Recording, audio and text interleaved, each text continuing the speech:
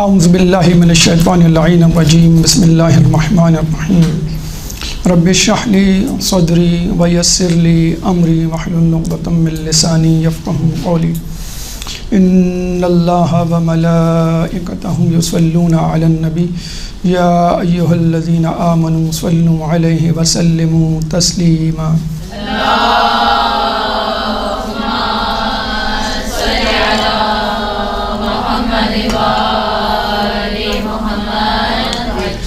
اللہ تعالیٰ سورہ مائدہ آیت نمبر 11 میں فرماتا ہے قُلْ سِیرُوا فِی الْأَرْضِ ثُمَّ انظُرُوا کیف کان عاقبۃ المکذبین، کہو کہ تم گھومو پھرو دنیا میں اور دیکھو اللہ تعالیٰ نے جھوٹوں کے ساتھ کیا کیا یا جھوٹوں کا کیا انجام ہوا۔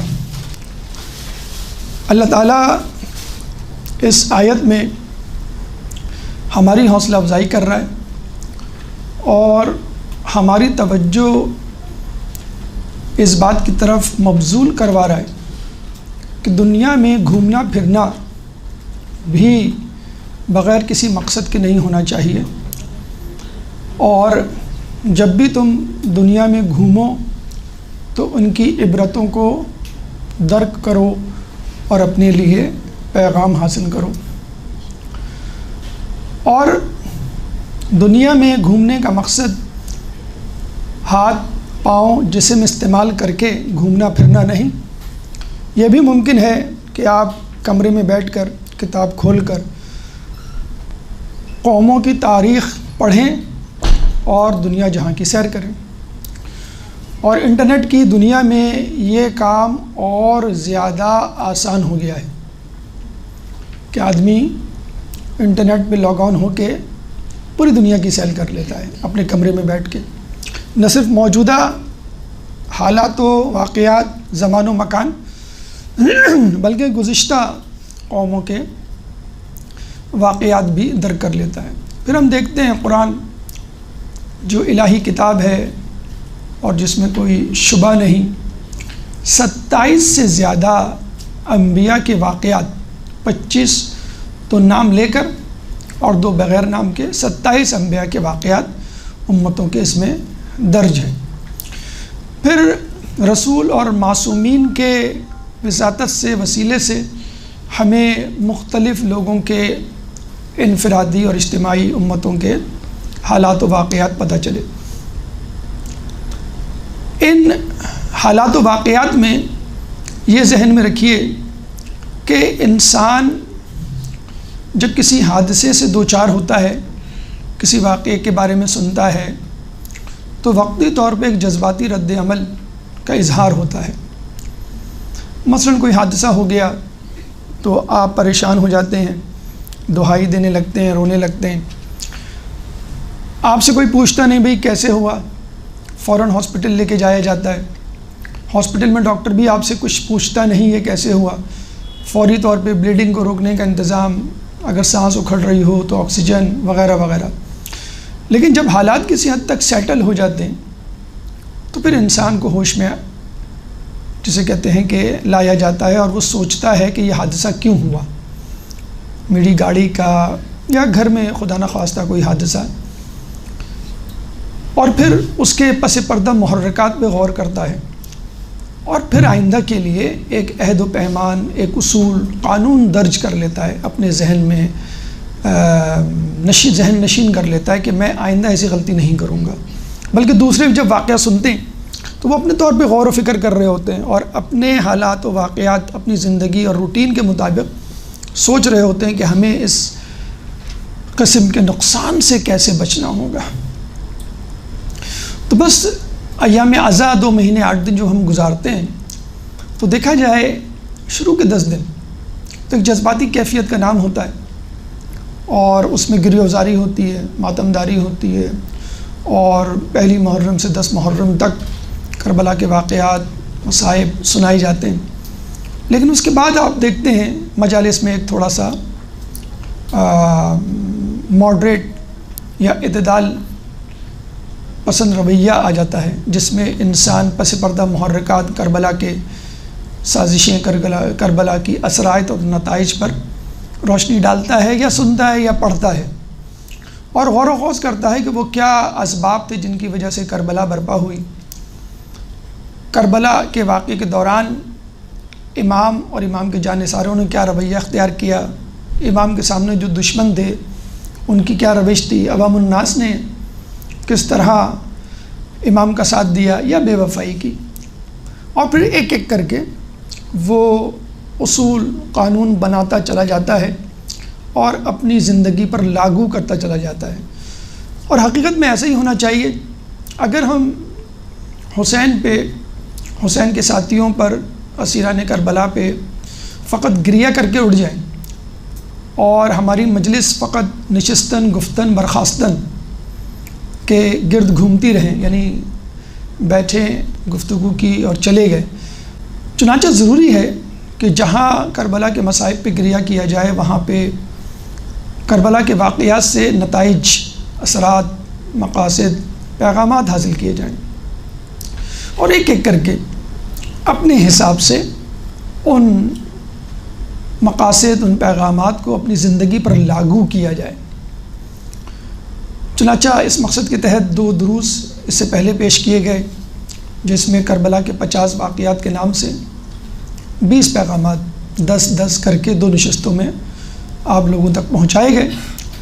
آج ہم انشاءاللہ مزید پیغامات آپ کے سامنے لا رہے ہیں، اور 10 نمبر 3 کی صورت میں، جس میں 5 پیغامات، کیونکہ جتنا آپ تفکر و تدبر کریں گے اتنا ہی گہرائی اور گہرائی اور معلومات بڑھے گی۔ تو آج ہم 21 سے لے کے 25 اس درس میں آپ کے سامنے پیغام پیش کریں گے، پھر انشاءاللہ اگلا درس نمبر 4، جس میں 26 سے لے کے 30 تک کے پیغامات۔ ایک درود پڑھ دیں محمد والے محمد پہ۔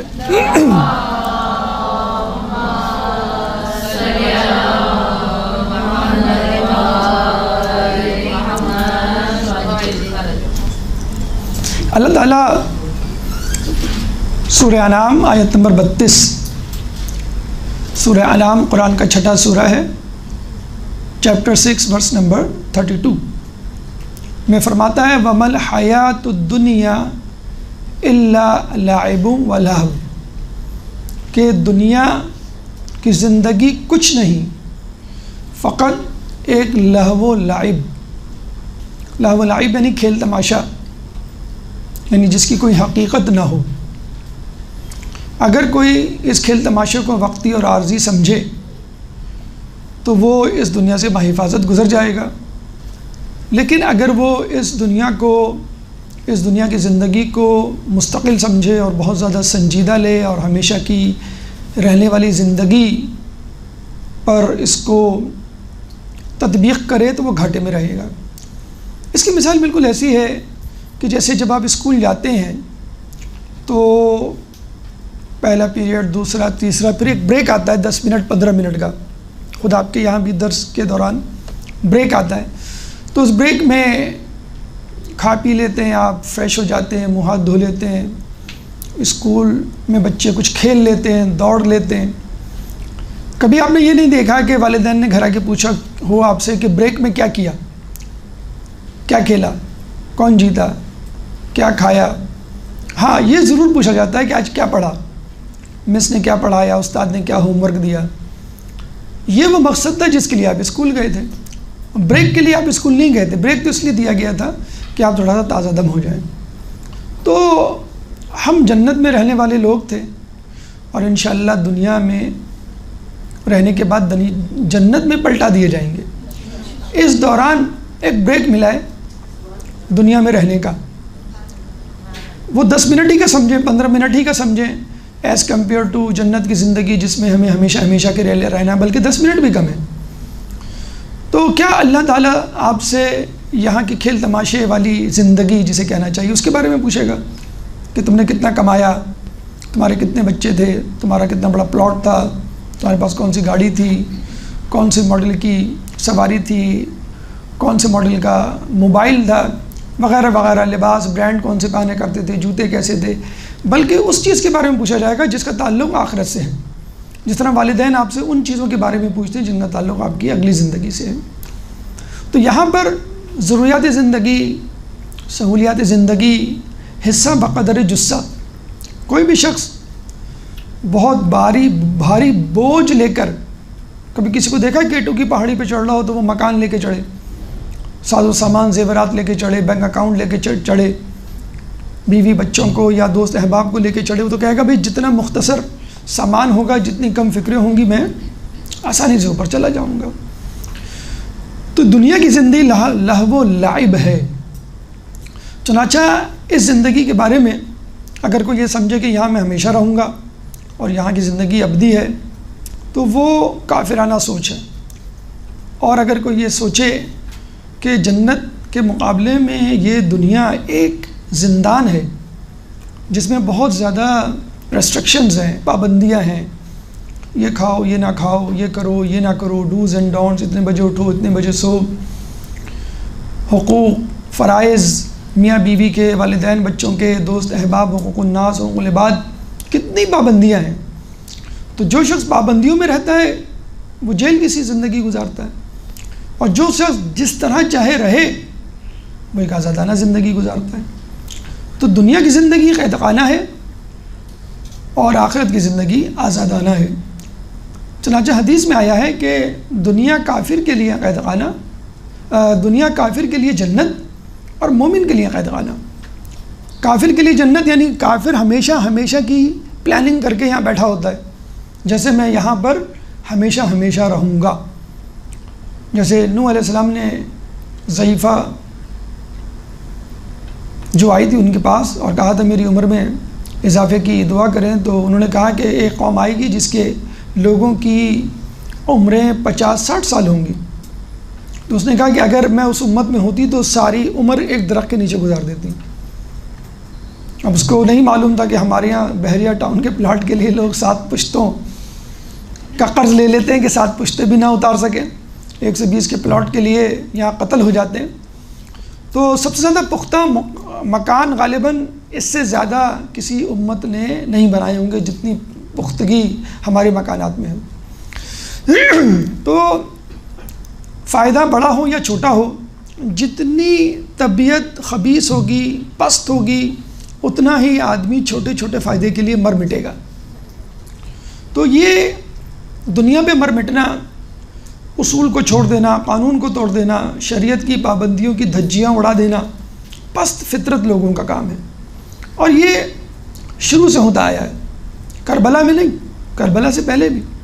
اللہ تعالیٰ سورہ بقرہ آیت نمبر 100، سورہ آل عمران آیت نمبر 153، چیپٹر 3 ورس نمبر 153 میں فرماتا ہے استسعدون ولا تلؤون علی احد والرسول یدعوکم فی اخری. جب تم آگے بڑھے چلے جا رہے تھے اور پیچھے مڑ کر نہ دیکھتے تھے، اور رسول تمہیں پیچھے سے آوازیں دے رہے تھے، یعنی تم رسول کی بات نہیں سن رہے تھے اور بھاگے چلے جا رہے تھے. تو وہ کیا تھا؟ کچھ لوگوں کی مال غنیمت پر نظر اور اصول کو بھول جانا کہ رسول نے منع کیا تھا کہ اپنی جگہ نہ چھوڑنا. جب مال غنیمت میں مصروف ہے، جگہ چھوڑی تو کفار نے پیچھے سے حملہ کر دیا. اس کے بعد ایسی بھگدڑ مچی کہ لوگ بھاگے، اور اللہ تعالیٰ کو اس کا باقاعدہ برملا اظہار کرنا پڑا سورہ آل عمران میں کہ تم رسول کو نہیں دیکھتے تھے. اچھا ہم کہیں گے بھئی تعداد کم تھی اس لیے پریشان ہو گئے، تو واٹ اباؤٹ غزوہ حنین؟ اس میں تو 10,000 سے زیادہ لوگ تھے، اور کسی بھی جنگ میں اتنے زیادہ لوگ نہیں شریک ہوئے کہ جس کے بارے میں اللہ تعالیٰ سورہ توبہ آیت نمبر 25، سورہ توبہ قرآن کا 11واں سورہ ہے، چیپٹر 11 ورس نمبر 25 میں فرماتا ہے لقد نصرکم اللہ فی مواطن کثیرۃ ویوم حنین اذ اعجبتکم کثرتکم فلم تغن عنکم شیئا وضاقت علیکم الارض ثم رحبت ثم ولیتم مدبرین. کہ اس دن کو یاد کرو تو اللہ تعالیٰ نے تمہاری بہترے مقام پر مدد کی، مواطن کثیرۃ و یوم حنین، اور یوم حنین کے دن بھی، کہ جب تم کو عجبتکم کثرتکم، تمہیں اپنی کثرت پہ غرہ تھا، گھمنڈ تھا، تکبر تھا، آج تو ہم جیت جائیں گے، کئی لوگوں نے کہا بھی تھا، لیکن فلم تغن عنکم شیئا، اور یہ تمہارے کسی کام نہیں آیا، اور زمین تمہارے اوپر تنگ ہو گئی، اور تم ثم ولیتم مدبرین، اور تم پیٹ پھیر کے بھاگ گئے۔ تو اس وقت کیا تھا؟ جان کا خوف تھا، جنگ احد میں مال کا لالچ تھا۔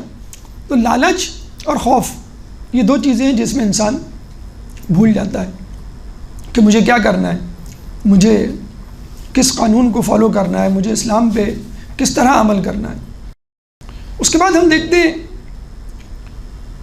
امام علی کی زندگی میں لوگوں نے کس طرح ان کا وقتی طور پہ ساتھ دیا، بیعت کی، اور وہی لوگ آپ کے پاس آ جاتے ہیں کہ بھئی ہم نے اولین بیعت کی ہے تو حکومت میں ہمارا حصہ بھی ہو۔ تو علی نے کہا کہ میں تو اپنے حساب سے حصہ دوں گا، بلکہ یہ بھی تاریخ میں درج ہے کہ جب وہ ملنے کے لیے آئے تو علی نے چراغ بجھا دیا۔ پہلے پوچھا کس لیے آئے ہو، حکومت کے کام سے یا اپنے پرسنل کام سے؟ انہوں نے کہا کہ پرسنل کام سے۔ تو علی نے کہا کہ یہ چراغ بیت المال کا ہے، ذاتی کاموں کے لیے نہیں۔ تو کہتے ہیں کہ وہ بغیر بولے ہی چلے گئے کہ جو علی تیل نہ دے بیت المال کا تھوڑی دیر کے لیے استعمال کرنے کو، وہ گورنر ہی کیا دے گا۔ اللہم صلی علی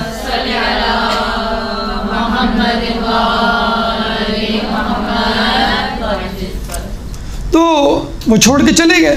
اچھا، ہمیں ایسے لوگ بھی ملتے ہیں کہ جو علی کے ساتھ تھے جنگ صفین میں، اور اس کے بعد نہروان میں علی کے مخالف کھڑے ہو جاتے ہیں۔ اشعث بن قیس کندی علی کے ساتھ تھا، اور عین موقع پر اس نے دغا دی، اور جودہ بن اشعث بنت اشعث اس کی بیٹی تھی، محمد بن اشعث اس کا بیٹا تھا جس نے مسلم بن عقیل کی مخبری کی تھی۔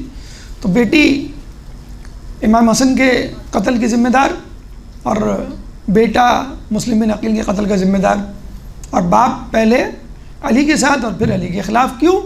کہ اس کی حاکم شان سے دشمنی تھی۔ تو وہ جو کہتے ہیں نا حب علی اور بغض معاویہ، اگر کوئی علی کا ساتھ دیتا ہے یا دیا تھا کسی زمانے میں اور پھر برخلاف ہو گیا تو وہ حب علی میں نہیں بلکہ بغض معاویہ میں تھا۔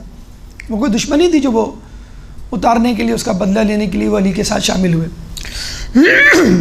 چنانچہ علی کے ساتھ وقتی طور پہ لوگ شامل ہوئے اور پھر جو ہے وہ الگ ہو گئے۔ خود امام حسن کو دیکھ لیجئے، لشکر جا رہا ہے، دوران سفر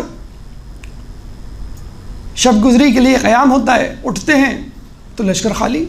پتہ چلا کہ راتوں کو کسی نے آ کر اسی ایک رات میں خیمے کے باہر اشرفیوں کی تھیلیاں لٹکا دی تھیں اور کہا کہ ہمارے ساتھ آ جاؤ تو اور ملے گا۔ تو آپ نے دیکھا پھر جو لوگ امام حسن کا ساتھ دینے آئے تھے وہی ان کا مسلح کھینچ کے لے جاتے ہیں اور پھر ان پہ الزام ڈالتے ہیں، یا مذل المومنین نعوذ باللہ، مومنین کو ذلیل کرنے والے۔ ذلیل تو وہ لوگ ہوئے جو امام حسن کو چھوڑ کر گئے۔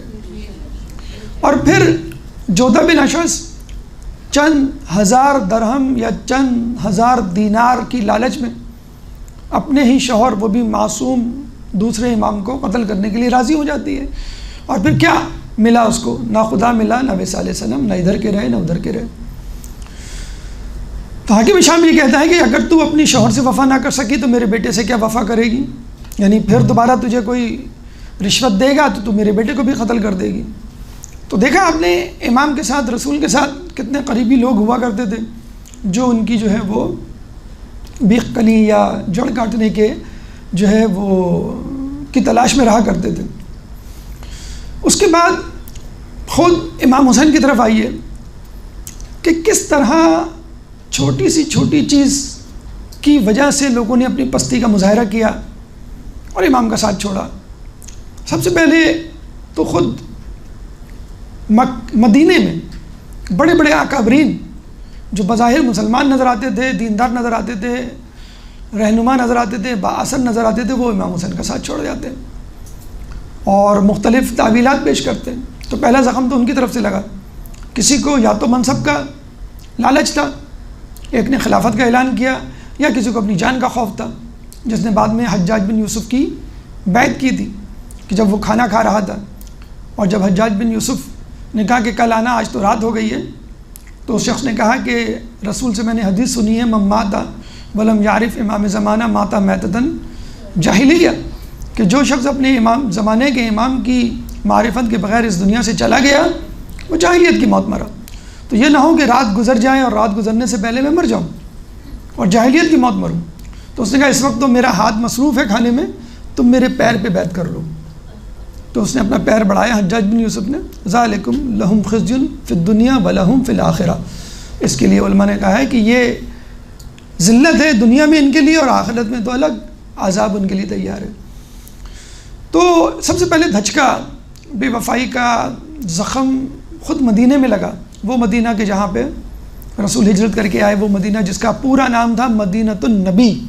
صرف مدینہ، مدینہ تو عربی میں شہر کو کہتے ہیں، تو مدینۃ النبی پورا نام تھا، رسول کا شہر، ہمارا شہر نہیں، رسول کا شہر۔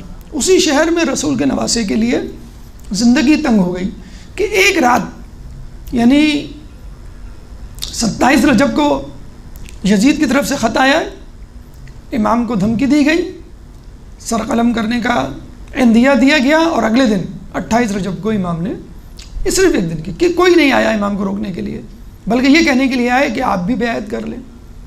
جب سب بیعت کر لیں، مولانا مودودی سے کسی نے کہا کہ جب تمام لوگوں نے بیعت کر لی تھی تو امام حسین بھی کر لیتے، تو امام حسین، تو مولانا مودودی نے جواب دیا سوال الٹا ہے، سوال یہ ہونا چاہیے جب امام حسین نے یزید کی بیعت نہیں کی تھی تو اور لوگوں نے کیوں کی؟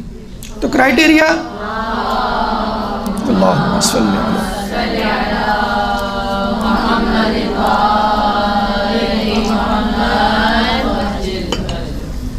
تو کرائٹیریا میجورٹی نہیں ہونا چاہیے، کرائٹیریا حق ہونا چاہیے۔ اس کے بعد وہ مکے جاتے ہیں۔ مکہ اسلامی اعتبار سے دنیا کا محفوظ ترین، بلکہ اگر آپ دنیاوی اعتبار سے بھی دیکھیں تو کم ترین جرائم، اور مکے میں بھی بیت اللہ وہ مقام کہ جہاں مکھی مچھر مارنا حرام، وہاں پہ حجاج اکرام کے بھیس میں امام کو قتل کرنے کے لیے قاتلین پہنچے ہوئے، تو امام پھر وہاں سے اپنا راستہ، دوسرا زخم امام کو لگا۔ اس کے بعد ہم دیکھتے ہیں کہ امام سفر میں ہیں، اور سفر میں لوگ ان کا ایک ایک کر کے ساتھ چھوڑتے چلے جاتے ہیں۔ امام ان کو بہت سمجھاتے ہیں لیکن کوئی ساتھ دینے کے لیے جسے کہتے ہیں کہ تیار نہیں۔ امام اپنی طرف سے پوری کوشش کرتے ہیں کہ کسی طرح اگر مال و دولت سے بھی ان کی امداد ہو جائے تو میں کر دوں۔ تو آپ جو ہے وہ کسی کو اونٹ کرائے پہ دے دیتے ہیں کہ بھئی یہ کرائے پہ نہیں بلکہ کرائے کے اونٹ ان کو دے دیتے ہیں اور کرایہ خود بھرتے ہیں کہ یہ اگر تم سے، جیسے آپ کو کہا جائے کہ بھئی میرے ساتھ فلاں جگہ چلو تو یقیناً کرایہ اس کے ذمہ ہوگا، شادی بیاہ کی تقریب ہو یا کوئی غم کی تقریب ہو۔ تو امام نے چاہیے تو یہ تھا کہ لوگ ان کی مدد کے لیے انفاق فی سبیل اللہ کرتے، لیکن امام امداد کر رہے ہیں۔ پھر کربلا کے میدان میں کہتے ہیں کہ ایک شخص محمد ابن بشر حضرمی کے بیٹے کو رے کے شہر میں ابن زیاد کے لوگوں نے گرفتار کر لیا تھا، اس کو پکڑ کے لے گئے تھے، اور وہ امام کے ساتھ، ایک تو گھر والوں کی فکر ویسی انسان کو ہوتی ہے، پھر بیٹے کو پکڑنے کی خبر آئی تو وہ اور پریشان، تو امام نے اس کو 6 قیمتی جوڑے دیے اور کہا کہ تم لے جاؤ اور یہ تمہارے کام آئیں گے، لیکن اس نے کہا کہ نہیں، میں آپ کے ساتھ مرنا چاہتا ہوں، مجھے اپنے بیٹے کی کوئی فکر نہیں۔ پھر ہم دیکھتے ہیں کہ کچھ لوگ منصب کے لیے امام کے مخالف ہو جاتے ہیں۔ عمر سعد فاتح رے تھا، رے کے شہر کو اس نے دیلمی نامی قبیلے والوں سے لڑ کر فتح کیا تھا، اور اس پہ پھر وہ گورنر بننے والا تھا۔ گورنر بننے سے پہلے ابن زیاد نے کہا کہ پہلے تم امام کا راستہ روکو، ان کو گرفتار کر کے لاؤ میرے پاس، پھر میں رے کی گورنری دوں گا۔ اور وہ آخری سانس تک یہی کہتا رہا کہ مجھے نہ رے کی گورنری ملی نہ آخرت۔ اور جب اس کو کہا گیا تو اس نے فوراً یہ کہا کہ بھئی یہ میرا مسئلہ نہیں ہے، میرا تحفہ، میرا انعام تو رے کی گورنری ہے، کیونکہ میں نے اس کو خریدا ہے اور میں نے اس کو فتح کیا ہے۔ تو ابن زیاد نے یہ شرط لگائی کہ نہیں، تم ابھی وہاں جاؤ ورنہ تمہیں یہ بھی نہیں ملے گی۔ لوگ اس کو سمجھاتے تھے کہ بھئی تم کس کے خلاف جا رہے ہو، تھوڑی سی لالچ کر کے میں کیا کروں۔ وہ یہ کہتا تھا مجھے معلوم ہے حسن حسین رسول کے نواسے، جنت کے سردار، حسین اہل بیت کے خانوادے کے آخری چشم چراغ اس وقت، امام برحق، لیکن میں کیا کروں، اہل بیت کی عظمت اپنی طرف، لیکن رہ میری آنکھوں کی ٹھنڈک ہے۔ کسی چیز کو کوئی چیز بھا جاتی ہے نا، چاہے انسان ہو چاہے کوئی چیز ہو، تو وہ سارے اصول ضوابط پامال کر دیتا کہ نہیں بس مجھے یہ چیز چاہیے۔ جب بھی کہتے ہیں کسی چیز کا انتہائی شوق نہیں ہونا چاہیے انسان کو، چاہے وہ کھانے پینے کی چیز ہو، کوئی مشغلہ ہو، کوئی کھیل ہو، کیا کوئی دوست ہی کیوں نہ ہو کہ اگر شریعت کی راہ میں وہ آڑے آئے تو آپ اس کو چھوڑ سکیں۔ پھر ہم دیکھتے ہیں کہ لوگ، چلیں یہ تو ایک گورنری تھی، ایک بڑی چیز تھی، لیکن گوشواروں کا کیا تعلق اسلام سے؟ شریعت کی کیا مل جاتا ملعون خولی کو گوشوارے نہ نوشتا؟ دیکھیں ہمارے معاشرے میں ایک چیز ہے کمپٹیشن، یا جسے کہہ لیجیے نا کہ وہ بھی تو کر رہے ہیں ہم بھی کریں گے، وہ بھی تو یہ پہن رہے ہیں ہم بھی پہنیں گے، انہوں نے یہ کھلایا ہم بھی کھلائیں گے، انہوں نے یہ نیاز کی اپنی مجلس میں ہم بھی یہ نیاز کریں گے، ان سے اچھی کریں گے۔ تو خولی رو بھی رہا تھا، نوچ بھی رہا تھا۔ تو جناب ام کلثوم سلام اللہ علیہا، اللہم صلی علی محمد و آل محمد،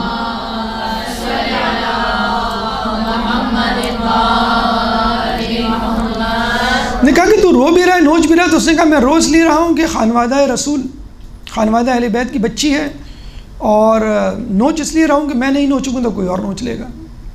اور رہ کی گورنری کے پیچھے بھی یہی مسئلہ تھا کہ عمر سعد شاید جنگ سے رک جاتا، اور اس نے جو خط لکھا تھا ابن زیاد کو، کمپرومائزنگ مصالحت پر مبنی خط تھا کہ امام کہہ رہے ہیں کہ مجھے چھوڑ دو، میں کچھ نہیں کروں گا، نہ یزید کے پاس جاؤں گا، نہ حالانکہ یہ نہیں کہا تھا امام نے کہا تھا میں یزید سے ملنا چاہتا ہوں، تو اس نے لکھ دیا کہ امام کہہ رہے ہیں بس مجھے چھوڑ دو، یہ مسئلہ یہیں پہ ختم ہو جائے گا۔ تو یہ جب خط پہنچا ابن زیاد کے پاس تو شمر اور دیگر لوگ کھڑے ہوئے تھے، خط پڑھ کے سنایا گیا تو شمر نے فوراً آگے بڑھ کر کہا کہ یہ بہانے تراش رہا ہے، یا تو اس کی کوئی ڈیل ہو گئی ہے، کمپرومائز کر لیا اس نے امام کے ساتھ، یا پھر یہ ڈر گیا ہے۔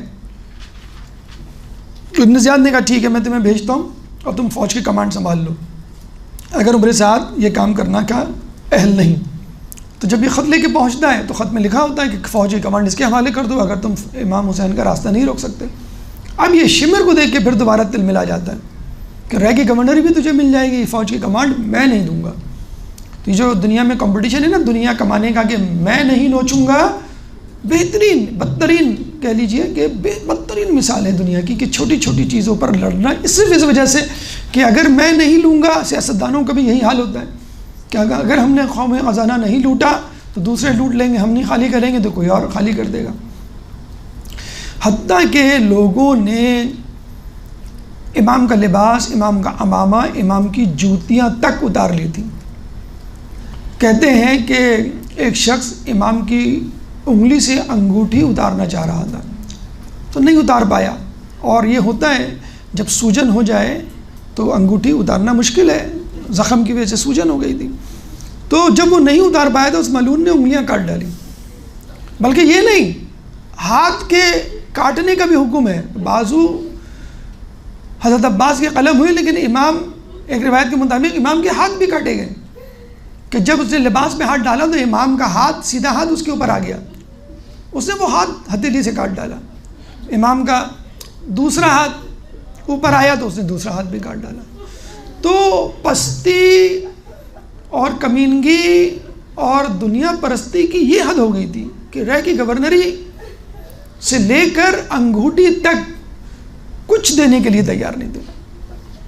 تو بس عزیزان گرامی، جو اہم پیغام کربلا کے حوالے سے یہ ہے کہ دنیا پرستی، یہ نہ دیکھیں کہ کون سی چیز میرے لیے کتنی اہم ہے، آپ یہ دیکھیے کہ کون سی چیز کو حاصل کرنے میں شریعت کے قوانین کا پابند رہوں گا، اور کون سی چیز حاصل کرنے کے بعد میں شریعت کے قانون کو توڑوں گا۔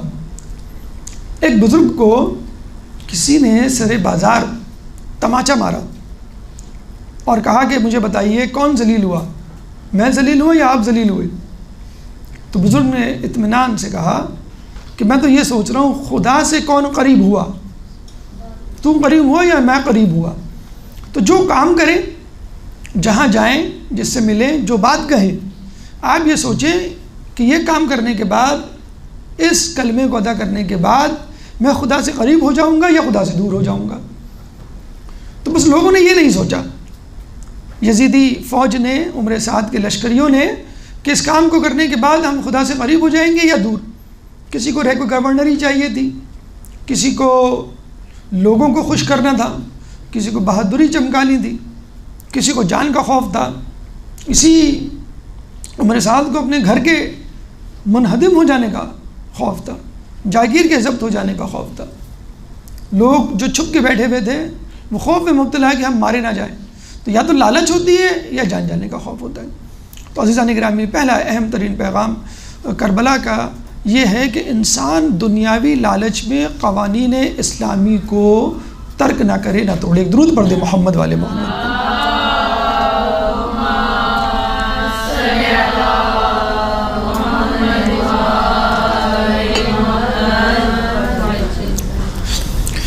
کربلا کا دوسرا یا ترتیب، مطلقاً ترتیب کے اعتبار سے 22واں پیغام انفاق فی سبیل اللہ، جس کے لیے اللہ تعالیٰ سورہ بقرہ آیت نمبر 2، سورہ بقرہ قرآن کا دوسرا سورہ ہے، چیپٹر 2 ورس نمبر 2 میں فرماتا ہے ذَلِكَ الْكِتَابُ لَا رَيْبَ فِيهِ هُدًى لِّلْمُتَّقِينَ الَّذِينَ يُؤْمِنُونَ بِالْغَيْبِ وَيُقِيمُونَ الصَّلَاةَ وَمِمَّا رَزَقْنَاهُمْ يُنْفِقُونَ. ذَلِكَ الْكِتَابُ لَا رَيْبَ، یہ دیکھا جائے تو یہ پہلی آیت ہے، پہلی سورہ فاتحہ. وہ تو ایک دعا ہے کہ اللہ میں اس قرآن کو شروع کرنے جا رہا ہوں تو مجھے ہدایت دے صراط مستقیم کی. اور اس کے بعد سورہ بقرہ کی پہلی آیت الف لام میم، حروف مقطعات جو آپ کے میرے سمجھنے کے نہیں. دوسری آیت حقیقت قرآن کا پہلا حکم، پہلا نوشتہ، پہلا سبق کہ یہ کتاب لا ریب فی، اس میں کوئی شک نہیں ہے. تو کتاب پڑھنے سے پہلے ذہن میں رکھ لو کہ کوئی ڈاؤٹ، کوئی شکوک و شبہات تمہارے ذہن میں نہیں آنے پائے. اچھا، پھر کہا ہدی للمتقین، ہدایت ہے تو فاسق و فاجر کے لیے نہیں، منافق کے لیے نہیں، کاذب کے لیے نہیں، کافر کے لیے نہیں، کس کے لیے؟ متقی کے لیے. اب آپ کہیں گے بھائی متقی اگر میں ہوتا تو قرآن کیوں پڑھتا؟ تو آپ یہ دیکھیے متقین کی جو اولین نشانیاں اس آیت میں بتلائی گئی ہیں، اگر وہ آپ میں ہیں تو ٹھیک ہے، پھر آپ قرآن سے فائدہ اٹھا لیں گے. ہدی للمتقین الذین یؤمنون بالغیب، the first and the foremost sign، یؤمنون بالغیب، بغیب پہ ایمان. اب بہت ساری چیزیں آ جاتی ہیں اس میں، اللہ پر ایمان، ملائکہ پر ایمان، فرشتوں پر، جنوں پر ایمان، جنت دوزخ پر ایمان، روز محشر پہ، عالم برزخ پہ، اور خود امام زمانہ عجل اللہ تعالیٰ فرجہ.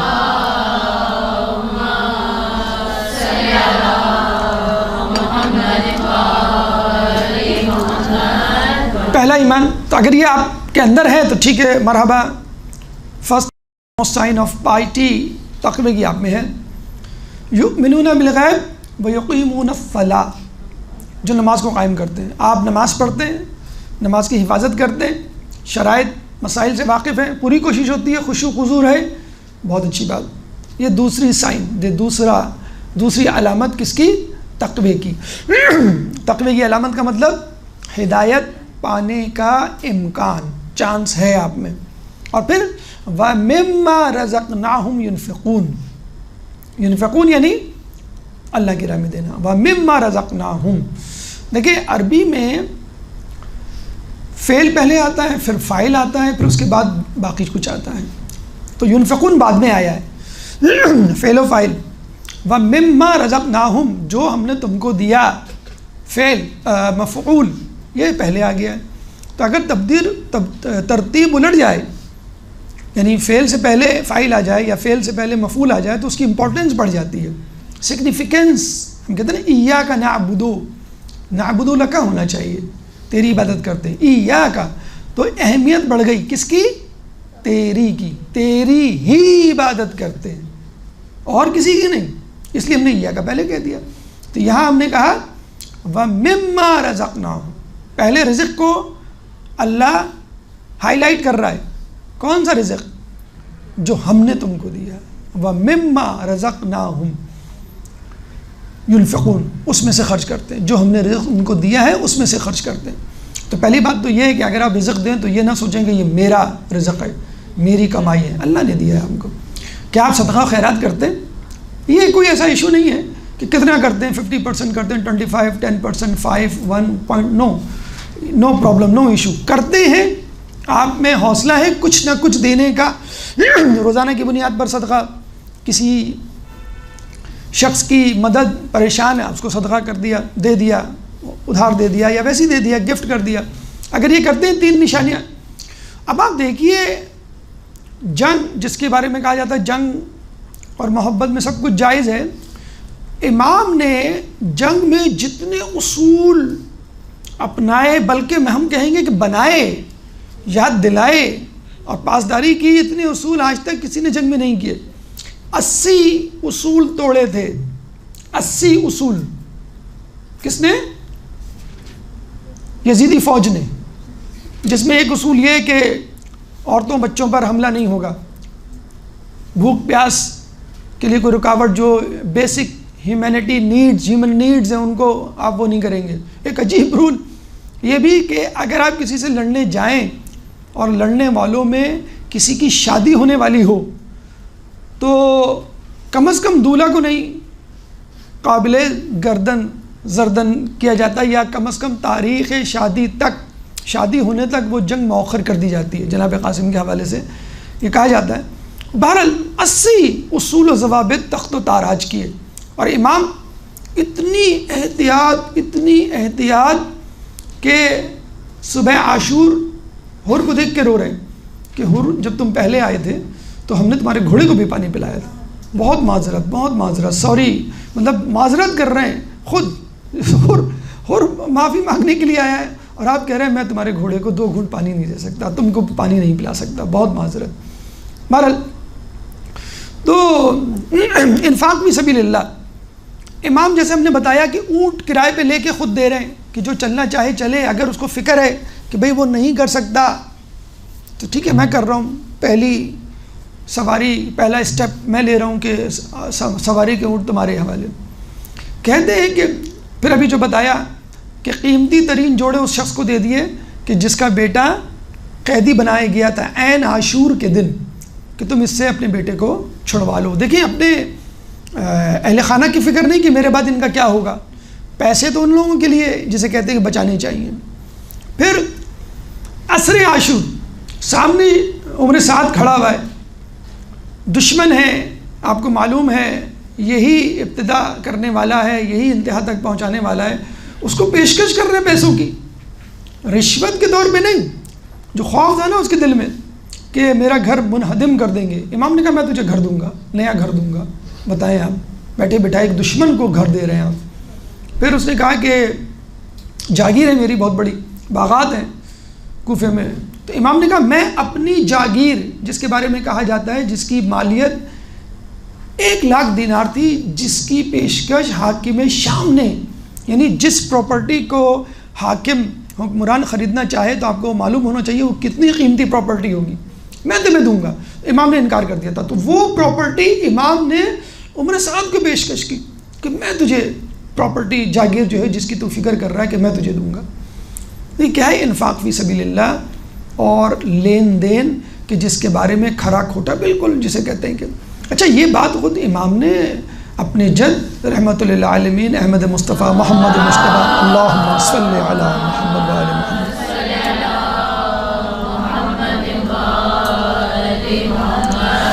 ابتدا اسلام کی دعوت کی کس سے ہوئی؟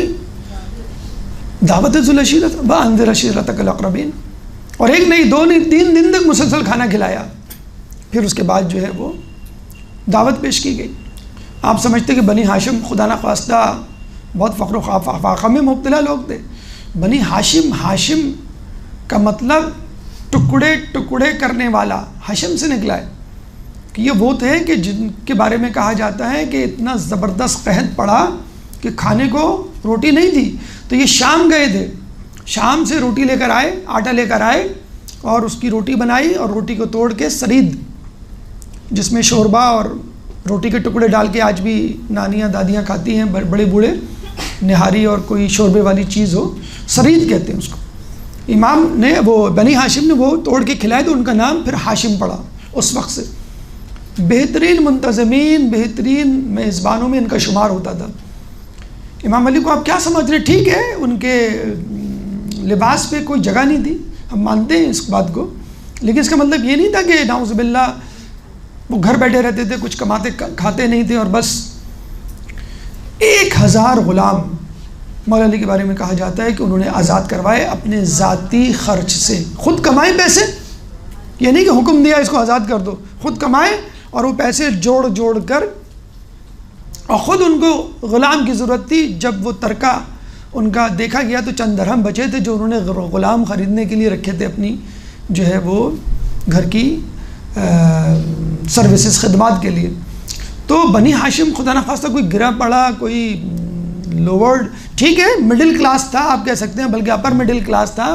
جناب خدیجۃ الکبریٰ سلام اللہ علیہا، اللہم صلی علی محمد و علی محمد.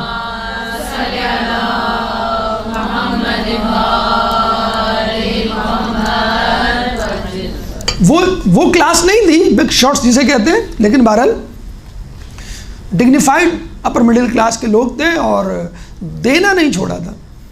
تو عمر سعود کو اتنی پیشکش کی جا رہی ہے لیکن وہ ڈھیٹ رہ کی گورنری کی رٹ لگاوے. امام نے کہا تجھے گندم بھی نہیں ملے گا، ایسی جس کو بددعا دی، اور پھر آپ نے دیکھا اس کا کیا انجام ہوا.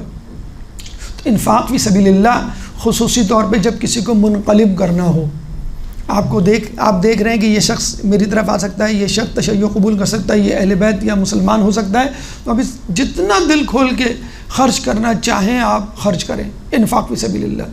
حالانکہ امام کہہ سکتے تھے کہ ابھی مجھے خود زیادہ ضرورت ہے. باقاعدہ ویل ٹرینڈ سپاہی سولجر ایک تھا امام کے پاس، فقط ایک، جس کو لڑائی کی اجازت نہیں ملی، اور وہاں پر 30,000 منیمم، میکسیمم 9 لاکھ جن کے بارے میں کہا جاتا ہے. ویل ٹرینڈ فوج.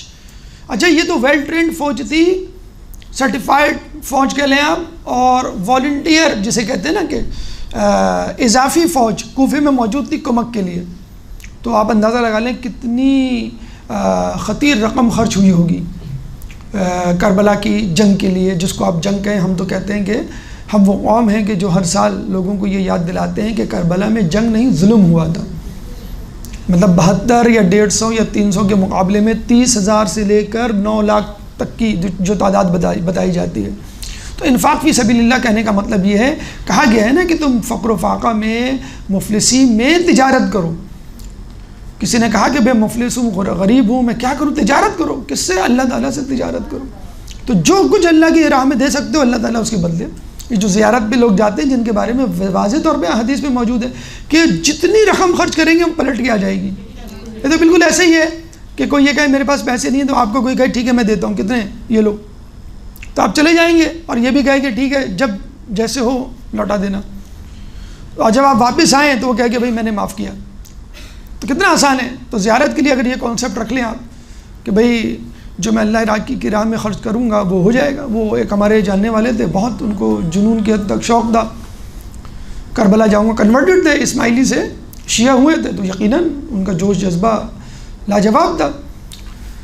تو کہنے لگے کہ میں ہر سال جاتا ہوں. تو ہم نے کہا بھئی ہر سال ماشاءاللہ آپ نظر تو نہیں آتے، آپ کی اتنی جاب اسٹیبلش تو نہیں ہے، اب ہو جاتی ہے آپ کے پاس اتنی کمائی اور اتنی بچت، کہلیں ہو جاتی ہے. میں نے کہا کہ بھئی اگر نہ ہو کہ نہیں ہو تو میں گھر کا سامان بیچنا شروع کر دیتا ہوں یا بیچنے کا ارادہ کر لیتا ہوں.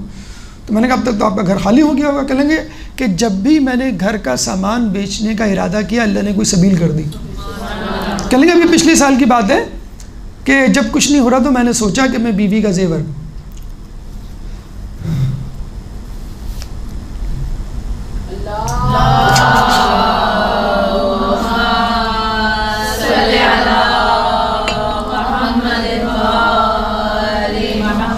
آج کل کے دور میں بھی ایسی بیویاں موجود ہیں جو کہتی ہیں کہ میرا زیور بیچ دو لیکن مجھے زیارت پہ لے جاؤ. تو وہ شخص کہنے لگا کہ میں نے کہا کہ دیکھ لو، سوچ لو، تمہارا زیور ہے، کام کا ہے، تمہاری ماں نے دیا. کہنے لگے نہیں مجھے نہیں چاہیے.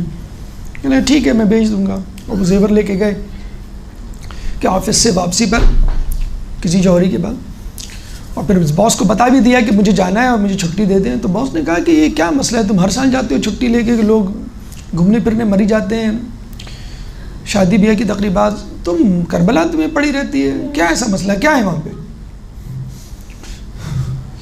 حالانکہ وہ شیعہ تھا، صاحب حیثیت تھا. اس نے کہا اگر آپ نے کوئی چیز کھائی نہیں زندگی بھر تو میں آپ کو کیسے بتاؤں وہ چیز کیسی ہوتی ہے؟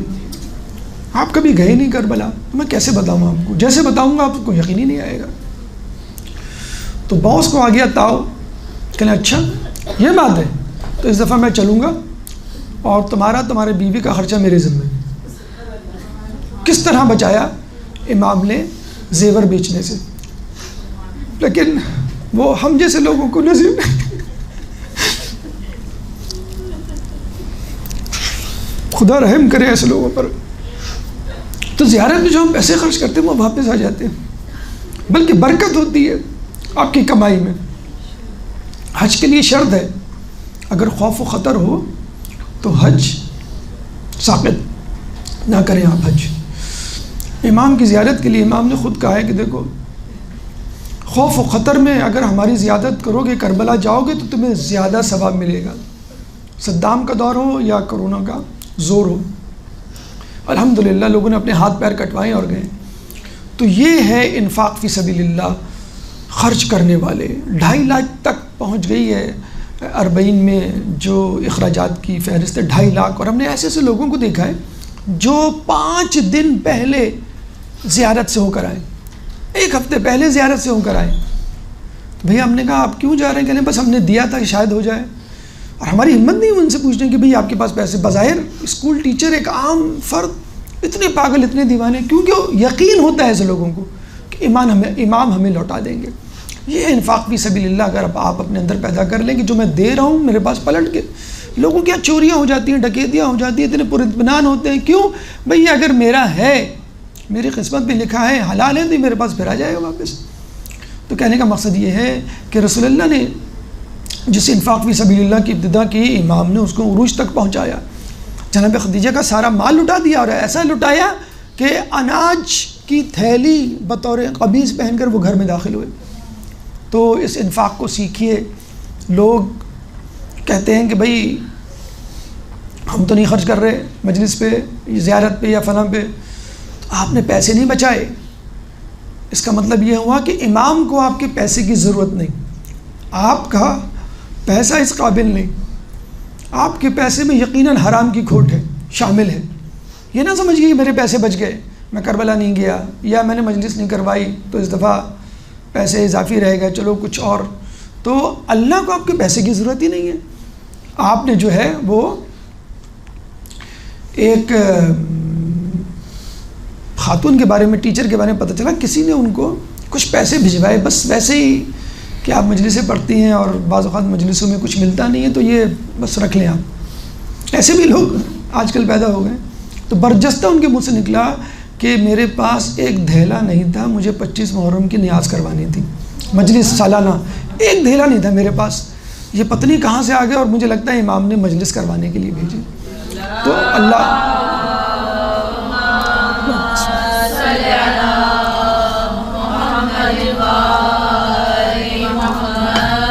تو یاد رکھیے، ایک تو انفاق فی سبیل اللہ ہے، اور پھر لین دین، جس کے بارے میں کہا گیا کہ اگر تم کسی کو آزمانا چاہتے ہو یا تو سفر کرو یا لین دین کرو، تمہیں سمجھ میں آ جائے گا وہ شخص۔ تو لین دین کے معاملے میں بہت ہی کھرا ہونا چاہیے، یعنی جسے کہتے ہیں کہ مسلم بن عقیل کی جب شہادت قریب تھی تو نصیحت وصیت کیا، میرے پاس کچھ قرض ہے، یہ میری زرہ اور تلوار دے کے، یعنی اس میں بھی وہ نہیں بھول رہے۔ 23واں پیغام کربلا کے حوالے سے وہ ہے گستاخی سے متعلق سزا۔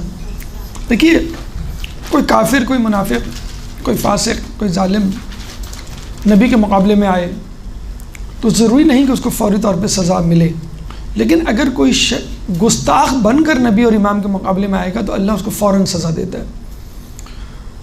اور ایسے لوگوں کو خصوصی طور پہ لعن طعن کی گئی ہے جو ڈھیٹ ہوتے ہیں اور سمن بکمن عمیون فہم لا یرجعون کی منزل پر ہوتے ہیں۔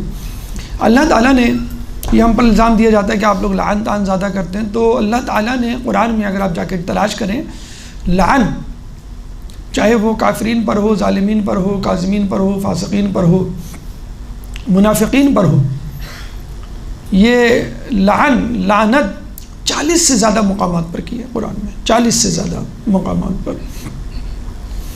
اور یہ مشہور واقعہ تو آپ کو یاد ہی ہوگا، سورہ معارج کے شروع میں جس کا تذکرہ ہے، سأل سائل بعذاب واقع للکافرین لیس لہ دافع، ایک مانگنے والے نے، کافر نے عذاب مانگا جو کافروں پر ہو کر رہا، جس کو دفع کرنے والا، روکنے والا کوئی نہیں تھا۔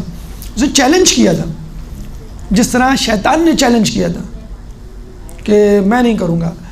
انکار تو فرشتوں نے بھی کیا تھا لیکن دلیل کے ساتھ کیا تھا، لیکن اس نے جو ہے وہ ورڈکٹ، فیصلہ سنا دیا تھا گویا کہ میں نہیں کروں گا۔ تو جو شخص فیصلہ سنا دے اور ڈھیٹ بن کر سامنے آئے یا گستاخی کرے تو اس کو لعن طعن کرنا اللہ کا حق ہے، امام رسول کا حق ہے، اس کو بد دعا دینا بھی امام کا حق ہے، اس کی دعا کو قبول کرنا بھی اللہ تعالیٰ اپنے لیے فرض سمجھتا ہے۔ تو سورہ معارج میں حارث بن نعمان فہری کا واقعہ ہے، کس طرح فوراً پتھر آیا اور عذاب کی صورت میں اس کو 2 ٹکڑے کر گیا۔ رسول کے لیے اکثر یہ لفظ استعمال کیا تھا، بھائی وہ تو رحمت للعالمین ہیں اور وہ کیسے کسی کو بد دعا دے سکتے ہیں۔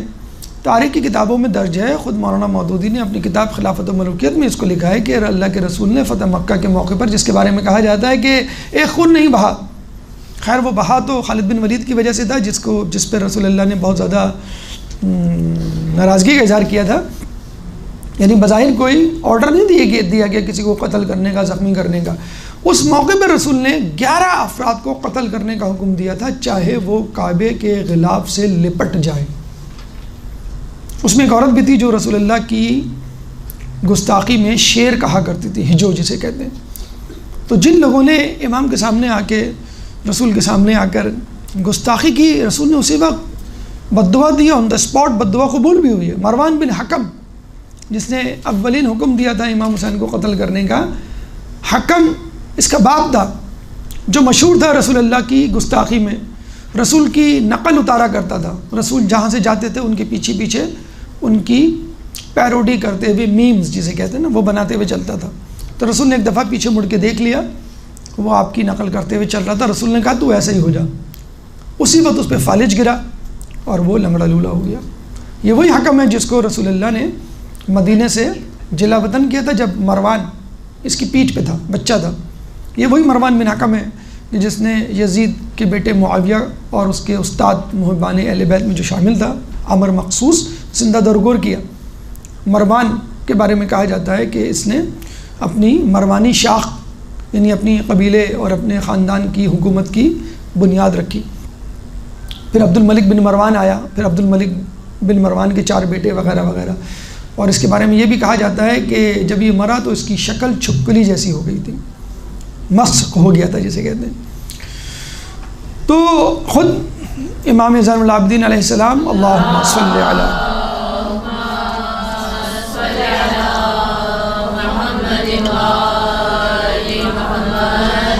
کے بارے میں کہا جاتا ہے کہ جب وہ جا رہے تھے تو کسی نے ان کی ابا جو ہے وہ اتار لی، تو انہوں نے ایک شخص بلائی، یہ کون ہے؟ اس نے کہا کہ یہ لوگوں کی نقلیں اتارتا ہے، اسی طرح پیسے کماتا ہے، شہرت پاتا ہے، عزت پاتا ہے، جیسے آج کل پیروڈیز کے لیے بہت سارے کامیڈینس نکل آئے۔ تو امام نے کہا کہ اس کو کہنا کہ قیامت کے دن سب سے زیادہ خسارے میں وہ ہوگا جس نے اپنا وقت فضول کاموں میں خرچ کیا۔ تو جو کچھ ہم کامیڈی کے نام پہ دیکھ رہے ہیں، ڈراموں فلموں کے نام پہ دیکھ رہے ہیں، کچھ تو گناہ ہیں اور کچھ فضول کام یا غفلت کے کام ہیں۔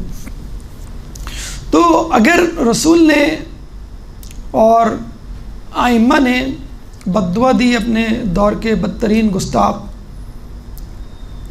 افراد کو، تو خود امام حسین نے بھی اگر کوئی بد دعا دی تو کوئی عجب نہیں۔ محمد بن اشعث ایک شخص تھا کہ جو امام کے لشکر کے سامنے آیا اور کہنے لگا کہ تم میں جو ہے وہ حسین کون ہے؟ بتلایا گیا کہ بھئی یہ حسین ہے۔ تو اس نے کہا کہ تم جو ہے تمہارا محمد سے رشتہ ہی کیا ہے، یعنی طنز بھرے لہجے میں، تم ہو کون محمد کے، نعوذ باللہ۔ تو امام سب کچھ بتلا چکے تھے اور سب کو معلوم تھا حسین کون ہے، مطلب وہ سبط رسول اور نواسے تو بعد میں ہیں، حسین منی و انا من الحسین کا رشتہ پہلے ہے۔ تو امام نے اس کو بد دعا دی اور کہا اے اللہ کہ آج ہی میرے سامنے آج کے دن اس کو ذلیل و خوار کر. کہتے ہیں کہ وہ تھوڑی دیر کے بعد رفع حاجت کے لیے کہیں گیا تو اس کو بچھو نے کاٹ لیا، اور اسی دن اسی حالت میں بے لباس اس دنیا سے گیا. یعنی جو امام کو نعوذ باللہ ذلیل توہین کرنے آیا تھا وہ خود توہین کا شکار ہو گیا، ذلت کا. پھر اسی طرح ایک اور شخص عبداللہ بن حسین کر کے تھا محمد بن اشعث کے بعد. تو وہ آیا جب لشکر آمنے سامنے ہوئے تو اس نے امام حسین کو کہا کہ یہ تم دریا دیکھ رہے ہو. امام حسین نعوذ باللہ کو مخاطب کر کے ایک عام آدمی کی طرح، یہ دریا دیکھ رہے ہو، اس دریا کا ایک قطرہ بھی تمہیں نہیں ملے گا. تو امام نے اس کو بددعا دی، اے اللہ اس کو پیاسا اس دنیا سے رخصت کر. کہتے ہیں اس کے بعد اس کو اتنی شدید پیاس لگی کہ وہ پانی پیتا جاتا تھا اور لیکن اس کی پیاس نہیں بجھتی تھی.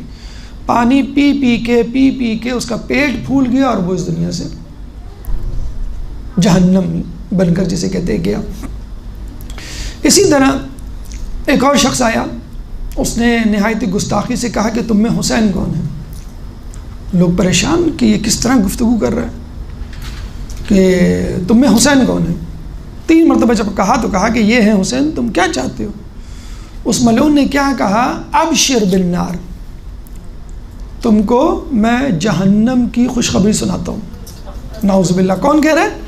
ایک ملعون امام کو. اچھا، امام نے یہ نہیں کہا پلٹ کے کہ تو جہنم میں جا یا میں امام ہوں تو مجھے پہچان. امام کی کسر نفسی انکساری تواضع دیکھیے. ہمیں اگر کوئی کہہ دے تو ہم تو اپنے فضائل پڑھنے شروع کر دیں گے. امام نے کیا کہا کہ میں جس رب کے پاس جا رہا ہوں وہ بڑا غفور الرحیم ہے. یعنی نعوذ باللہ کہنا یہ چاہ رہے ہیں کہ اگر میرے گناہ ہیں تو اللہ معاف کر دے گا، مجھے امید ہے. جب معصوم اپنے لیے مغفرت کی دعا طلب کر رہے ہیں تو ہم کون ہوتے ہیں اس دعا کو نہ مانگنے والے. اور پھر اس سے پوچھا تو کون ہے؟ تو اس نے کہا کہ میں جو ہوں وہ ابن حزوق ہوں. تو امام نے اس کو بددعا دیتے ہوئے کہا کہ اللہ اس کو جہنم کی ابھی آگ کا مزہ چکھا. کہتے ہیں وہ غصے میں جب اس نے یہ سنا، یہ بددعا کو سنا، تو غصے میں تازیانہ مارا اپنے گھوڑے کو اور گھوڑا بدک گیا. اب اس کو لے کے وہ گھومنے لگا. وہ گھوڑے سے نیچے اس کا پیر گھوڑے کی عیال میں آ گیا اور وہ گھسٹتا ہوا گھوڑا اس کو لے کے ادھر ادھر گھومتا رہا. امام نے خیام حسینی کے آس پاس خندق کھدوائی تھی جس میں آگ جلوائی تھی کہ اگر کوئی خیام حسینی پر حملہ کرنے کی سوچے نعوذ باللہ تو اس خندق میں گر جائے. تو پہلے ہی یہ شخص جس کو گھوڑا اس کو لے کے گھوم رہا تھا وہ اس خندق میں آیا اور گھوڑا اس کو جلا کر اسی وقت جسے کہتے ہیں کہ راکھ کر دیتا ہے. تو یہ امام کی بددعا اسی وقت کن لوگوں کو؟ گستاخ. اسی طرح عمر سعد کی بھی چھوٹ ہو جاتی کچھ دیر کے لیے صحیح، لیکن اس نے امام سے کیا کہا تھا جب امام نے کہا کہ میں تو جو ہے رہ کی گندم تو کیا جو بھی نہیں کھا پائے گا، تو اس نے کیا کہا گندم بھی نہیں کھا پائے گا، تو اس نے کیا کہا میں گندم نہیں تو جو کھا لوں گا. تو اتنا گستاخانہ جواب. پھر امام نے بددعا دی، میں تو دیکھ رہا ہوں کہ تجھے کچھ نہیں ملے گا بلکہ تیرا سر کاٹ کے لوگ نوکے نیزہ پر کوفے میں گھمائیں گے اور بچے تیرے سر پہ جو ہے وہ چہرے پہ پتھر ماریں گے.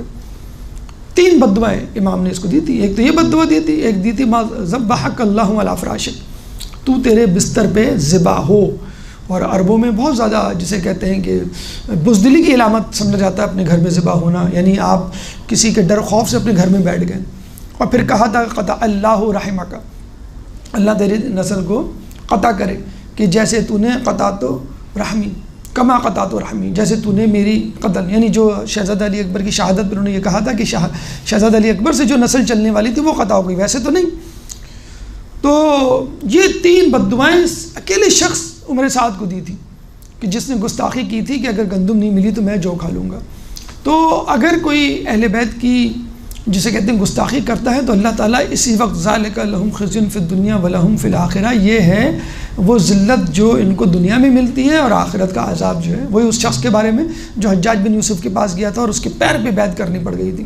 اور تمام قاتلین کا آپ انجام دیکھ لیجئے، چند سال سے زیادہ 65 ہجری سے زیادہ لوگ نہیں جیے ہیں. زیادہ تر لوگ تو مختار صفی کے ہاتھوں ہی مارے گئے، ورنہ 5 سال سے زیادہ کوئی جو ہے وہ نہیں جی سکا.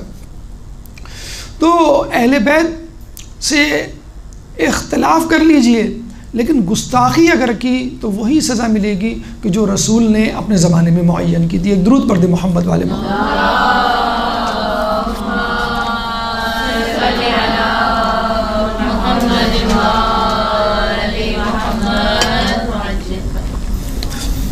ایک بچہ اپنے باپ سے، جو یونیورسٹی میں استاد تھا فلسفے کا، پوچھا کہ بابا کربلا کا پیغام کیا ہے؟ اب وہ فلسفی تھے، تاریخ کے بہت بڑے استاد بھی تھے، تو انہوں نے بہت لمبی چوڑی تقریر کرنی شروع کر دی، طاغوت کے آگے للکارنے کا نام، اور حق کا کلمہ بلند کرنے کا نام، بے سر و سامانی، اور بچے کو یہ اصطلاحات سمجھ میں نہیں آ رہی۔ جب وہ گفتگو و تقریر کر کے تھک گئے تو کہنے لگے کہ ہاں بیٹا کچھ سمجھ میں آیا تمہیں؟ تو بیٹے نے کہا کہ بابا مجھے بس ایک بات سمجھ میں آئی ہے، انسان پہ کتنا ہی مشکل وقت پڑے، کتنا ضروری کام ہو، نماز اول وقت پڑھنی چاہیے۔ ظہر کی نماز، عصر کی نماز کا سجدہ، یہ سب آپ نے سنتے ہوں گے نا۔ تو بچے کے لیے تو یہ پیغام کافی، بچے کے ہمارے لیے پیغام کافی ہے۔ کتنے لوگوں نے اول وقت نماز پڑھنی شروع کی، یا نیت کر لی، یا توجہ کی کہ سب سے پہلا پیغام جو ہے وہ ہمیں کربلا کا یہی ملتا ہے۔ اور یہ ابھی جو ہم نے آیت پڑھی سورہ بقرہ کی، ذالک الکتاب لا ریب فیہ ھدی للمتقین الذین یؤمنون بالغیب کے بعد ویقیمون الصلاۃ، کہ نماز کو قائم کرتے ہیں۔ مولا علی جنگ صفین میں زوال کے وقت سر اٹھا کے آسمان کی طرف دیکھتے، ابن عباس پوچھتے آپ کیا کر رہے ہیں؟ کہ نہیں میں نماز کا وقت تلاش کر رہا ہوں، ہوا کہ نہیں؟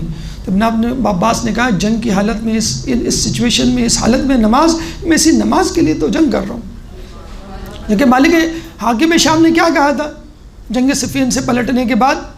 کہ میں نے یہ جنگ نماز روزے کے لیے نہیں کی ہے، وہ تو تم کر رہے ہو۔ کیسی نماز روزہ وہ کر رہے تھے کہ جس کے لیے کہتے تھے کہ حسین کو جلدی قتل کرو، ہماری نماز قضا ہو رہی ہے۔ یہ وہ تھی نماز۔ کیسی وہ تلاوت کر رہے تھے کہ حافظ ہونے کے باوجود 3000 حافظ تھے، 3000 حافظوں نے ایک محافظ قرآن کو گھیرا ہوا تھا۔ تو حافظ قرآن ہونا ایک الگ بات ہے، اور محافظ قرآن ہونا جو ہے وہ الگ بات ہے۔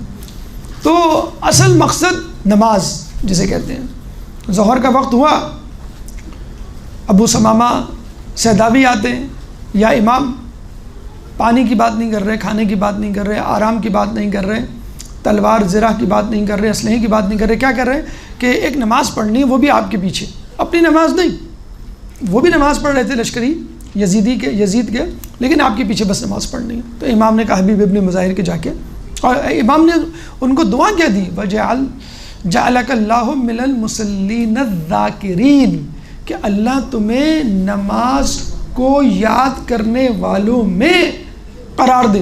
یہ نہیں کہا نماز پڑھنے والوں میں، جعلک من المصلین الذاکرین، مصلین الذاکرین جو نماز کو ہر وقت یاد رکھتے ہیں۔ کچھ لوگ دیتے ہیں، ایسے لوگ تو بہت کم ملے، بس نانی دادی کی عمروں کے لوگ رہ گئے جو بار بار گھڑی دیکھتے ہیں اور پوچھتے ہیں کہ بھئی کہ مغرب کی نماز کا وقت ہو گیا، اذان کی آواز آئی تم کو؟ ہم جب بچے تھے تب دیکھا کرتے تھے اپنی دادی اور نانی کو۔ آج کل ایسے لوگ نہیں ملیں گے جب تک الارم نہ بج جائے، جب تک اس الارم کو 3 مرتبہ سنوز نہ کیا جائے۔ کیا مصیبت ہے، الارم لگایا ہوا ہے ہم نے نمازوں کا، بار بار وہ سنوز ہو رہا ہے، 15 الارم ہم دن میں جو ہے وہ، یا 9 الارم ہم سن رہے ہیں۔ تو وہ دور جو ہے وہ اب چلا گیا، اب لوگ پہلے دوسرے کام کرتے ہیں پھر نماز۔ تو یہ وہ نماز ہے جس کے لیے کہا گیا وَاسْتَعِینُوا بِالصَّبْرِ وَالصَّلَاةِ، سورہ بقرہ کی 45ویں آیت ہے کہ استعانت طلب کرو نماز سے، جس کے بارے میں امام حسین نے کہا کہ میں نماز اور تسبیح، دعا اور تلاوت کو محبوب رکھتا ہوں۔ اس کے لیے مانگی تھی، کوئی ریسٹ کے لیے تو نہیں مانگی تھی۔ ہم تو سنتے ہیں کہ شب عاشور بھن بھناہٹ کی آواز آ رہی تھی جیسے مکھیوں کی، یعنی مسلسل، اور جن کی تلاوت کو سن کے بہت سارے یزیدی فوجی جو ہے وہ یہ خیام حسینی میں آ کر امام حسین کے ساتھ مل گئے تھے۔ تو یہ وہ نماز تھی، یہ وہ جسے کہتے ہیں اہم چیز تھی جس کے لیے انہوں نے جو ہے وہ مہلت مانگی تھی۔ تو کربلا کا اہم ترین پیغام جسے کہتے ہیں نا کہ اگر ہم مجلس ایسے موقع پہ رکھیں کہ نماز کا وقت ٹکراتا ہو اور پھر نماز کو مؤخر کر دیا جائے، یا ہم نماز کو بھول جائیں، آج کل مجلسوں کا وقت بعض اوقات 11 بجے 12 بجے ہوتا ہے، تو کون اٹھے گا فجر میں، نماز شب کی تو بات تو ہم کیسے ہو جائیں گے مؤمنا ببعض منکفرا ببعض، کہ لوگ کچھ دین تو قبول کرتے ہیں اور کچھ دین قبول نہیں کرتے۔ تو کسی نے بڑا اچھا مشورہ دیا کہ آپ جو ہے باوضو مجلس میں جایا کریں، بلکہ ماتم داروں کو یہ مشورہ دیا ہے کہ ماتم بعض اوقات ہوتا ہے بھی مجلس تو ختم ہو جاتی ہے لیکن ماتم چل رہا ہوتا ہے اتنا لمبا کہ نماز کا وقت، تو باوضو اگر آپ ہوں گے تو اسی وقت نماز پڑھ لیں گے۔ جب گھر سے نکلیں باوضو ہو کے نکلیں، کہ کچھ پتہ نہیں نماز کا وقت بیچ میں آ جائے۔ تو سب سے بڑا مسئلہ جو ہے وہ پاکستان میں کراچی میں واش روم یا وضو پانی ہوتا ہے، تو آپ جو ہے باوضو ہر وقت ہو، باوضو ایسے بھی رہنا چاہیے۔ خود رسول سے کسی نے پوچھا کہ رسول نے کہا کہ جب ایک زمانہ آئے گا کہ گناہوں کی کثرت ہوگی، تو پوچھا تو کیا کریں، تو رسول نے کہا ہر وقت باوضو رہو۔ تو ہر وقت باوضو رہنا آپ کو خود نماز کی یاد دلائے گا کہ میں، اور کتنا ہی جسے کہتے ہیں کہ خوش نصیب انسان ہے وہ کہ جب نماز کا وقت آئے تو اس کو نماز وضو کی ضرورت ہی نہ پڑے کہ میں تو وضو سے ہوں، کہ ہر وقت آپ وضو سے رہیں۔ تو نماز کی یاد، نماز کی طرف توجہ، یہ سب سے پہلے۔ اچھا، حبیب ابن مظاہر جاتے مہلت دینے کہ ان کی تھنکنگ لیول آف تھاٹ ہم سے کتنا بلند تر ہے۔ ایک تو ابو ثمامہ سیداوی کہتے ہیں کہ ہمیں ایک نماز پڑھنی ہے بس آپ کے پیچھے، یعنی یہ ایک لذت ہے۔ کہتے ہیں کہ جو پھانسی کے ملزم ہوتے ہیں ان کو رات میں پوچھا جاتا ہے کوئی خواہش آپ کی، تو کسی کو کوئی چیز پسند ہوتی ہے کھانے کی وہ منگوا لیتا ہے، کسی کو کسی سے بات کرنی ہوتی ہے بات کروا دی جاتی ہے، بہرحال جو خواہش ہوتی ہے اگر ممکن ہوتی تو کروا دی جاتی ہے۔ تو یہ خواہش تھی لوگوں کی جانثار حسین کی، ہمیں نماز پڑھنی ہے آپ کے پیچھے، نماز نہیں آپ کے پیچھے نماز پڑھنی ہے۔ جب ہی کہتے ہیں حرم حسین میں نماز پڑھنے کا بہت ثواب ہے۔ تو اب حبیب جا رہے ہیں نماز کی اجازت طلب کرنے کے لیے، تو جب وہ نماز کی اجازت کا کہتے ہیں، محلت کا کہتے ہیں، تو آواز آتی ہے تمہارے حسین کی نماز قبول نہیں ہوگی، جو جاؤ جا کے کہہ دو۔ وہ اتنا غصہ آتا ہے شدید کہ وہ آتے ہیں امام کو کہتے ہیں یا امام، یہ نہیں کہتے کہ مجھ سے صبر نہیں ہو رہا پہلے میں اس کو مزہ چکھا دوں، یا